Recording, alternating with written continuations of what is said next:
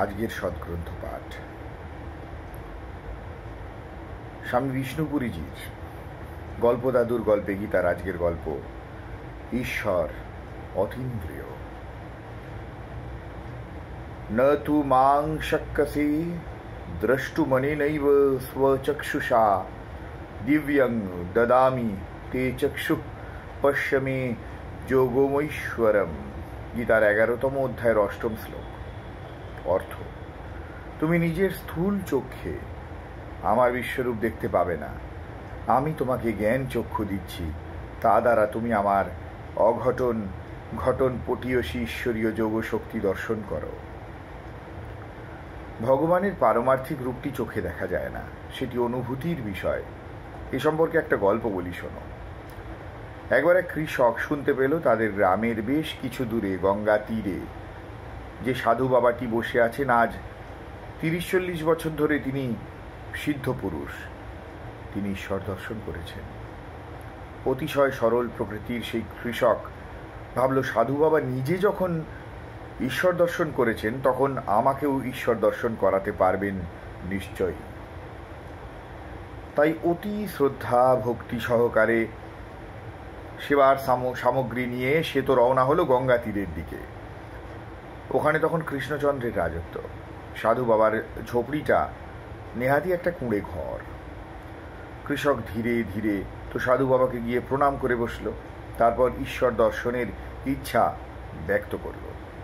প্রথমে সাধু বাবা তাকে নানাভাবে উপদেশ করেন, ধ্যান, জপ, যোগ, সাধনা ইত্যাদির কথা বললেন। কিন্তু কৃষকের সেই এক কথা, আপনি তো ঈশ্বর দর্শন করেছেন প্রভু, তবে আমাকে দর্শন করাতে পারবেন না কেন? আপনি আমাকে নিরাশ করবেন না, আমাকে বঞ্চিত করবেন না, ইত্যাদি নানাভাবে অনুনয় বিনয় করতে লাগলো। সারাদিন কেটে যাচ্ছে। কৃষক কৃত সংকল্প, আজ সে ঈশ্বরের দর্শন না করে কিছুতেই ফিরে যাবে না। এদিকে সাধু বাবার নিত্যকর্ম বিঘ্নিত হচ্ছে। তিনিও বললেন, বাবা তুমি এখন যাও, ঠাকুরকে ডাকো, তাঁর কৃপা ছাড়া কিছুই হয় না, চর্মচক্ষে ঈশ্বর দর্শন সম্ভব নয়। কিন্তু কৃষক এসব কথায় মোটেই কান দেয় না। সাধু বাবা দেখলেন এ তো মহাবিপদ, তাই তিনি কৃষককে তো খুব লাঠি পেটা করলেন।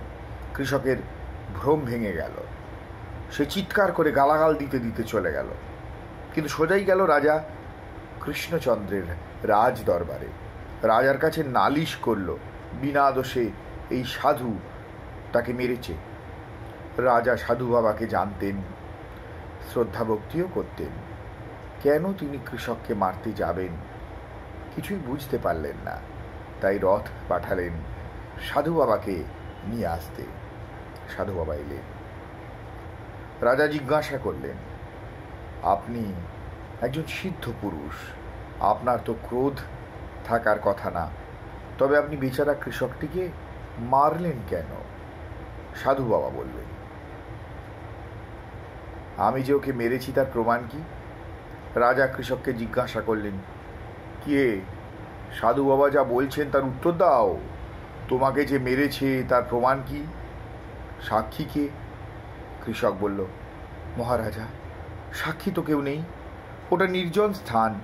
প্রমাণ যদি চান, আমার দুর্দশাই প্রমাণ। কি যে ব্যথা, আমি নড়তে চড়তেও পারছি না।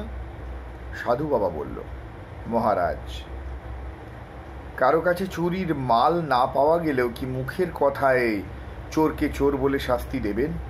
ওর ব্যথাটাই যদি প্রমাণ হয়, তবে তা আপনার সমক্ষে প্রত্যক্ষভাবে হাজির করা দরকার।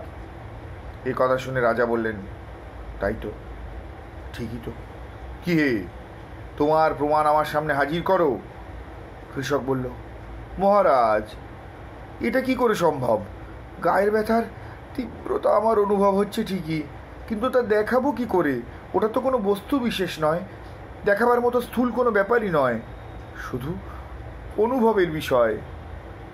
শুনে সাধু বাবা হাসলেন, বললেন, বুঝলে তো বাছা, তোমার বেদনাটা যেমন অনুভবের বিষয়, তেমন ঈশ্বর আনন্দ ঘন, তিনিও কেবল অনুভবের বিষয়।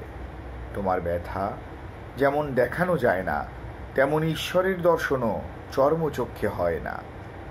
রাজা জিজ্ঞাসা করলেন, ব্যাপার কি সাধু বাবা?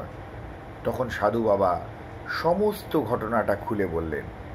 তারপর কৃষক সাধু বাবার পায়ে ধরে ক্ষমা চেয়ে বিদায় নিল।